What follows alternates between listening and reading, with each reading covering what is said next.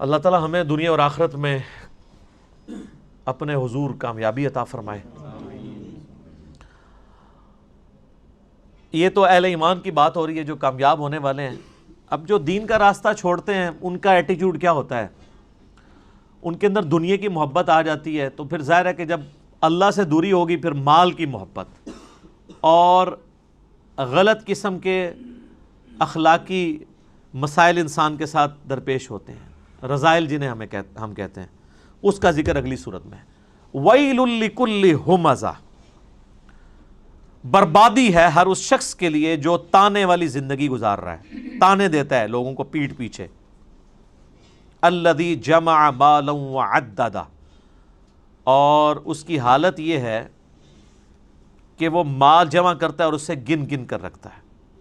اپنی حالت اس کی یہ ہے کہ پیٹھ کے پیچھے لوگوں کے عیب تلاش کرتا ہے، لوگوں کو تانے دیتا ہے، برائیاں بیان کرتا ہے، اور اپنی حالت یہ ہے کہ اس نے مال جوڑ رکھا ہے اور اسے گنتا رہتا ہے۔ یعنی مال کی محبت کے ساتھ یہ چیزیں امپلائڈ ہیں کہ آپ کو مال کی محبت اس لیول تک لے جائے گی کہ آپ لوگوں میں عیب تلاش کرنا شروع کر دیں گے، لوگوں کی برائیاں نکالنا شروع کر دیں گے۔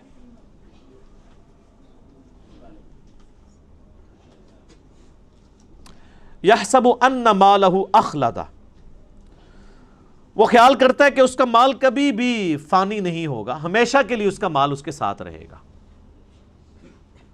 جو لوگ مال جوڑ رہے ہوتے ہیں نا، ان کی حالت ویسے یہی ہوتی ہے۔ اربوں روپیہ جوڑا ہوا ہے لوگوں نے، اور وہ سمجھتے ہیں شاید ساتھ لے کے جائیں گے۔ حالانکہ میں آپ کو بتاؤں کہ اگر کوئی شخص روزانہ 1,00,000 روپیہ خرچ کرے نا، روزانہ، تو 1 ارب ختم کرنے کے لیے اسے 25 سے 30 سال چاہیے۔ یہ کیلکولیشن کر لیجئے گا، 1 ارب اتنی بڑی رقم ہے، اور یہاں لوگوں کے پاس اربوں ہوتے ہیں، اور 70-80 سال کے ہوئے ہیں، ان سے پوچھا آپ نے کتنی زندگی گزارنی ہے، اور روزانہ 1,00,000 روپے کو خرچ کر سکتا ہے؟ کیا کرے گا؟ نوٹ بھی کھانا شروع کرے تب بھی نہیں کھا سکتا۔ لیکن جب جس کو لت پڑ جائے تو وہ پھر یہی کرتا ہے، اور پھر وہ سمجھتا ہے میرا مال فانی نہیں ہوگا، نہ اس نے مرنا ہے۔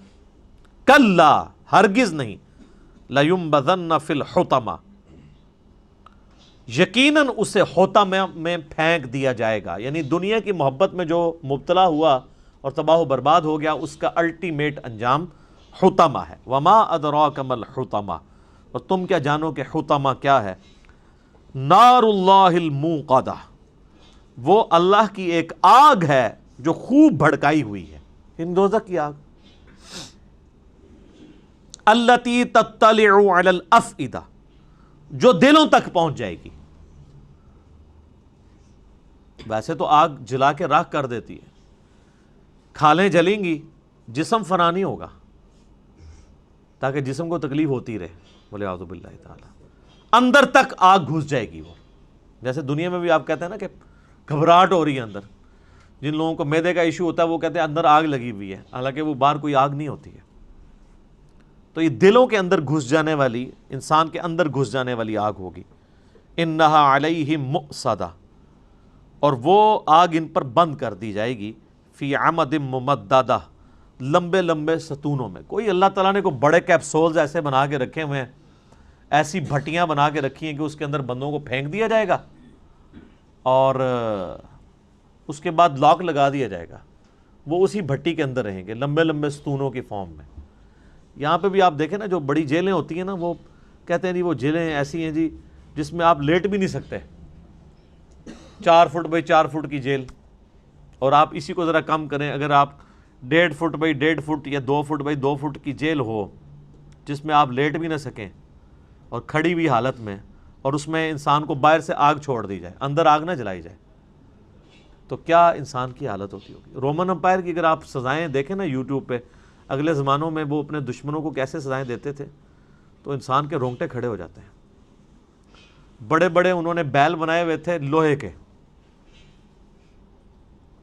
لوہے کی چادروں سے بیل نما، یعنی انہوں نے مجسمے کھڑے کیے ہوئے تھے، اور اس کے اندر باقاعدہ بندے کو وہ ڈالتے تھے، اور پھر وہ اس کو بند کر دیتے تھے، اور نیچے آگ روشن کر دیتے تھے۔ تو اس بندے کی جب چیخیں نکلتی تھی وہ جیسے کہ وہ ایک گائے کی چیخ نکلتی ہے نا تکلیف کے وقت، تو ویسی وہ گائے کے منہ سے چیخیں نکلتی تھی اور اس کو وہ انجوائے کرتے تھے، یہ تکلیف دی جاتی تھی۔ تو یہی اسی قسم کی تکلیف ہے جو اللہ تعالیٰ ہمارا ہے کہ ہم انہیں آگ پہ بڑے بڑے ستونوں میں بند کر دیں گے آگ کے اندر، اور ان کے اوپر آگ چھوڑ دیں گے، اور آگ ایسی ہوگی جو ان کو جلا نہیں رہی ہوگی، اندر گھس رہی ہوگی،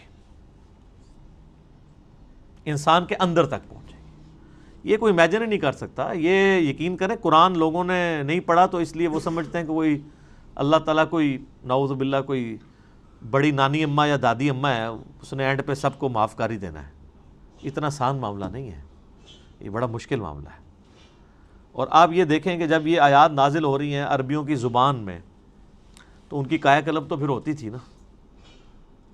ہم تو صرف ترجمہ سن کے تو ہماری حالت بدل جاتی ہے، تو جن کی اپنی زبان میں یہ چیزیں نازل ہو رہی تھیں ان پہ کیا کیفیت گزرتی ہوگی۔ اللہم اجرنا من النار، آمین۔